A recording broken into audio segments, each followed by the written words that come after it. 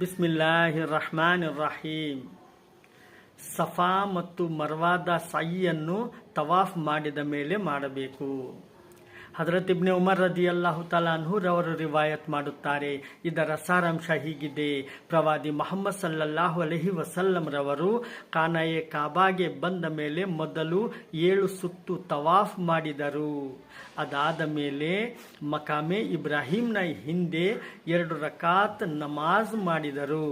ಅದಾದ ಮೇಲೆ ಸಫಾ ಮರ್ವಾದ ಸೈಯನ್ನು ಮಾಡಿದರು.